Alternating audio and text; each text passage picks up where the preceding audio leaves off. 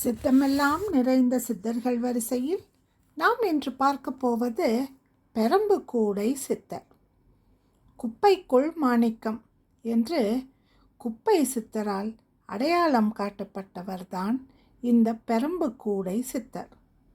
மதுரை அருகே இருந்த திருபுவனத்தில் இருந்த சித்தசக்தி சிவாலயத்தில் இவரை சித்தர் என அடையாளம் கண்டு கொண்ட பக்தர்கள் வாழ்ந்து வந்த பகுதியில் மாணிக்கம் என்கிற பெயர் மிக பிரபலமானவருக்கு குடும்ப பெயராக விளங்கியது.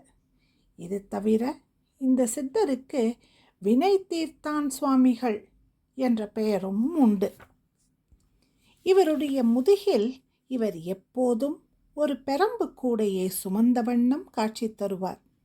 இந்த பெரம்பு கூடையில் குடியிருக்கும் அத்தனை கோடி பிரம்ம ரகசியங்களையும் அந்த ஈசனை தவிர வேறு யார் அறிவார்?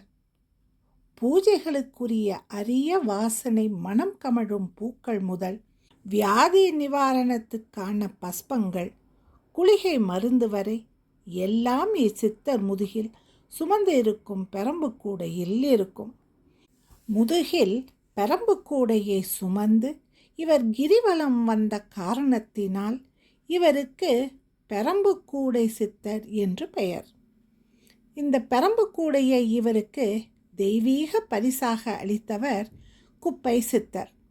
கடைசியில் இந்த கூடையும் பெரம்புக்கூடை சித்தருடன் ஒன்றாக சேர்ந்தே திருவண்ணாமலையில் ஐக்கியமான நிகழ்ச்சி மிக பலரும் அறிந்து சொல்லவண்ணா வியப்புக்குரிய விஷயம். எப்பொழுதும் எந்த நேரமும் குப்பை கூளங்களிலேயே புரண்டு கிடந்த குப்பை சித்தரிடம் எப்பொழுதும் மல்லிகை மனம் கமழும். ஆனால் இவரது அருகிலேயே இருக்கும் பெரம்பு கூடையை சித்தரிடம் இந்த மல்லிகை மனம் வீசாவிட்டாலும் குப்பை சித்தரிடமிருந்து பெற்ற இந்த பெரம்பு கூடையில் இருந்து மல்லிகை பூவாசம் மட்டுமல்ல, அனைத்து வகை பூக்களின் வாசமும் எப்போதும் சேர்ந்தே வீசியது. குப்பை சித்தர் தரும் குப்பை கூளங்களை தம் பெரம்பு கூடையில் சுமந்து சென்று குப்பை சித்தர் சொல்லும் இடத்தில் பெரம்பு கூடையை சித்தர் கொட்டிவிட்டு வருவது அன்றாட வேலையாயிற்று. இதன் பொருள் மக்களின் கர்ம வினைகளையே குப்பையாக சுமந்து சுமை தாங்கியாய் காட்சி தந்தவர் இந்த சித்தர்.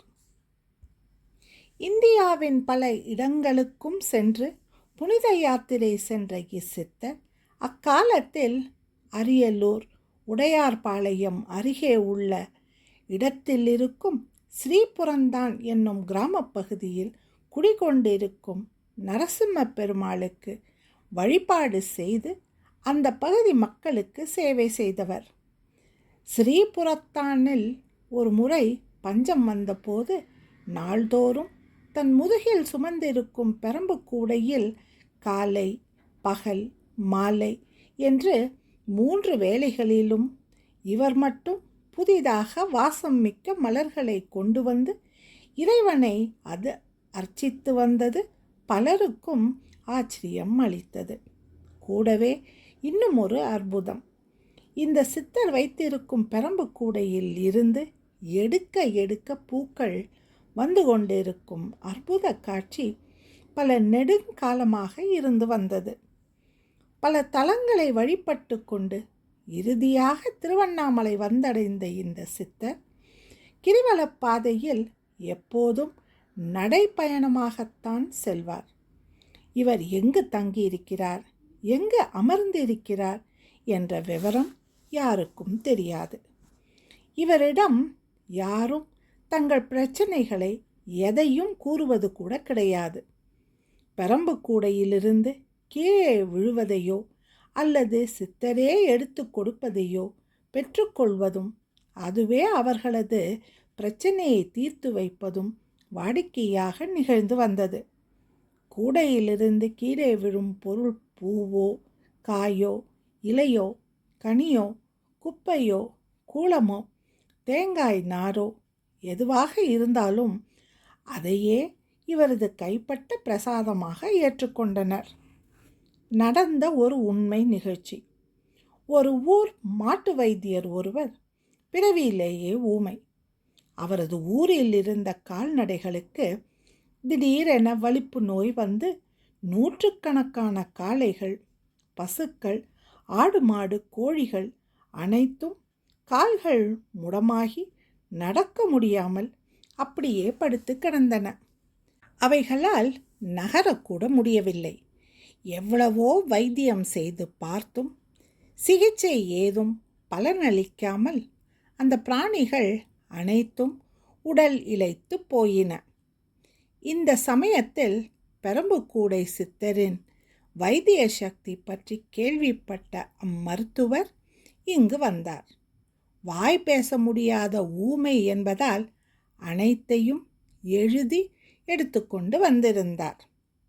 மிகப்பெரிய பிரச்சனை என்னவென்றால், சித்தரை சுற்றி ஏராளமானோர் சூழ்ந்திருந்தாலும் அவருடைய வேகமான கிரிவல நடைக்கு ஈடு கொடுக்க முடியாததாலும் ஆங்காங்கே மரநிழலில் தங்கி ஓய்வெடுத்தும் கிரிவல சுற்றில் பெரம்புக்கூடை சித்தர் மீண்டும் அவ்வழியே வருகையில் அவரை தொடர்வதும் இப்படியாக 3 நாட்கள் கழிந்தன. இதில் ஒரு விஷயம் என்னவென்றால், அந்த வயதான வைத்தியர் ஓய்வெடுத்து தூங்கிய அந்த 3 நாட்களிலும் அவருடைய கனவில் பெரம்புக்கூடை சித்தர் வந்து ஒரு கோழி முட்டையை உடைத்து அதனை மூலிகை சாற்றுடன் கலந்து அக்கலவையை ஒரு காராம் பசுவின் காலில் தடவி உருவி விட்டு வைத்தியம் செய்தார். கனவில் கண்டது சரி, அதில் நடந்த நிகழ்ச்சியை எப்படி செயல்படுத்துவது? முதலில் அந்த வைத்தியரின் ஊரில் காராம் பசு வகையே கிடையாது. அடுத்து வந்த கோழி முட்டை வைத்தியம் அவருக்கு தெரிந்ததுதான் என்றாலும் அதற்கான குறிப்பிட்ட மூலிகைகள் அவருக்கு கிடைக்கவில்லை. அதனை எடுத்து வர வேண்டுமானால் கொல்லிமலை, சதுரகிரி மலை போன்ற இடங்களுக்கு சென்று வர வேண்டும். அதற்குரிய வசதியும் உடல் பலமும் அவருக்கு இல்லை. தள்ளாத வயது வேறு. ஊமை என்பதால் பேசி விளக்கவும் முடியாது. இப்பொழுது என்ன செய்வது? சரி, பொறுத்ததுதான் பொறுத்தோம். இன்றாவது சித்தரை சந்திக்க முடிகிறதா என்று பார்ப்போம்.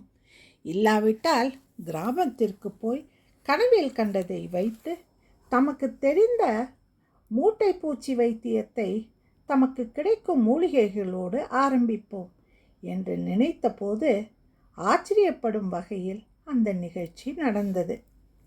கிரிவல பாதையில் வந்து கொண்டிருந்த பெரம்புக்கூடை சித்தர் அந்த வயதான முதிய வைத்தியர் படுத்திருந்த இடத்திற்கு வந்து தன் கூடையில் இருந்து ஒரு கோழி முட்டையையும் ஒரு மூலிகை கீரை கொத்தையும் எடுத்து கொடுத்துவிட்டு சிரித்தபடி அங்கிருந்து அகன்றார். அதனை பெற்றுக்கொண்ட அந்த நாட்டு வைத்தியர் ஊருக்கு போய் சித்தர் கனவில் கூறியபடியே மருந்து களும்பு தயாரித்து நோய்வாய்ப்பட்டு படுத்து கிடந்த எல்லா கால்நடைகளுக்கும் தடவி அவற்றின் காலை உருவி விட்டதுதான் தாமதம். என்ன அதிசயம்! அடுத்த 3 மணி நேரத்திற்குள் எல்லா நோய்வாய்ப்பட்டு கிடந்த கால்நடை பிராணிகளும் துள்ளி குதித்து எழுந்தன. இது கண்டு அந்த கிராமமே அதிசயத்து போனது. அது மட்டுமல்ல, அவர் கனவில் கண்டது போலவே எங்கிருந்தோ ஒரு காராம் பசு நொண்டி நொண்டி அங்கே வந்து நின்றது. அந்த நாட்டு வைத்தியர் அதற்கு மூலிகை முட்டை பசைக்கழும்பு தடவி அதன் காலை உருவிவிட யாருமே எதிர்பாராத சமயத்தில் கண்மூடி திறப்பதற்குள் அந்த சம்பவம் நடந்துவிட்டது. அக்காராம்பசு அந்த வயதான வைத்தியரை தன் பின்னங்காலால் எட்டி உதைத்து அவரை கீழே சாய்த்து விட்டது. இது கண்டு நெஞ்சு பதறி துடிதுடித்து போன அங்கிருந்த கிராம மக்கள் வைத்தியரை ஒரு மாட்டு வண்டியில் தூக்கி எடுத்து போட்டுக்கொண்டு கொஞ்சமும் தாமதிக்காமல் திருவண்ணாமலைக்கு வந்து பெரம்புக்கூடை சித்தரின் கால்களில் விழுந்து வணங்கி கண்ணீருடன் நின்றனர். அந்த சமயத்தில் அவர்கள் எல்லோரும் வியக்கும் வண்ணம் அந்த காராம் பசுவே அங்கு வந்து சேர்ந்தது. எல்லாம் நன்மைக்கே என்று சொன்ன சித்தர் அந்த காராம் பசுவின் கழுத்தை தடவி அதற்கு அகத்திக்கீரை அளித்து அதன் காதில் ஏதோ சொல்ல அந்த காராம் பசு மெல்ல நடந்து வந்து மாட்டு வண்டியில் படுக்க வைக்கப்பட்டு கிடந்த நாட்டு வைத்தியரை அணுகி அவர் முகத்தில் மெதுவாக தன் நாக்கால் நக்கி கொடுக்க அடுத்த கணம் அந்த நாட்டு வைத்தியர் ஆனந்த பெருக்குடன் எழுந்து கடகட என்று பேச ஆரம்பித்து விட்டார். இந்த அதிசயத்தை நேரில் கண்ட அந்த கிராமத்து மக்கள் மிகவும் ஆச்சரியப்பட்டு போனார்கள்.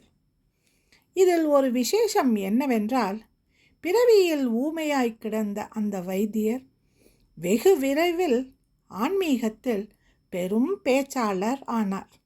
அன்று முதல் தாம் பார்த்து வந்த நாட்டு வைத்திய தொழிலையே விட்டுவிட்டு பெரம்புக்கூடை சித்தரின் முழு நேரமும் சேவை புரியும் சேவகனாக பக்தராகி விட்டார்.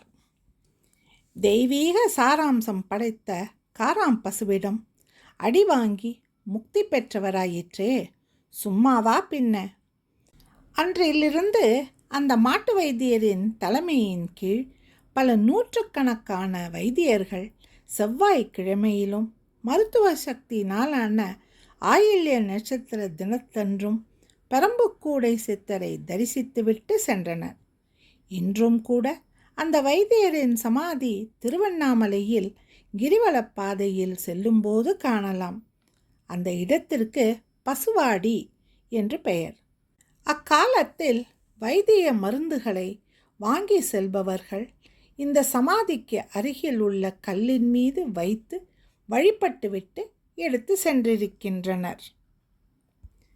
அக்காலத்தில் இந்த சித்தர் கொடைக்கானல் மலை குறிஞ்சி ஆண்டவர் ஆலயத்து பகுதியில் 12 வருடங்களுக்கு ஒரு முறை பூக்கும் குறிஞ்சி பூக்களை தன் பெரம்புக்கூடையிலிருந்து எடுத்து திருவண்ணாமலை ஆலயத்து கம்பத்து இளையனார் முருகனுக்கு சூட்டி வழிபட்டவர் என்று சொல்லப்படுகிறது. இப்படியாக 24 வருடங்கள் திருவண்ணாமலையில் ஆன்மீக சேவை புரிந்து வந்த இந்த சித்தர் தம் பெரம்புக்கூடையோடு ஒரு மாத சிவராத்திரி நாளில் அங்கேயே ஐக்கியமாகி இருக்கிறார். இச்சித்தரின் அருளை நினைத்து கிரிவலம் வருவோர் நோய், பகைமை, குரோதம் மற்றும் விரோதங்களிலிருந்து விடுபடுவார் என்பது திண்ணம். பெரம்புக்கூடை சித்தர் சூக்ஷ்ம ஸ்தூல வடிவங்களில் இன்னும் மாத சிவராத்திரி நாளில் திருவண்ணாமலையில் வலம் வருவதாக கேள்வி. மீண்டும் நாளை இன்னொரு சித்தரை நாம் தரிசிக்கலாம். நன்றி, வணக்கம்.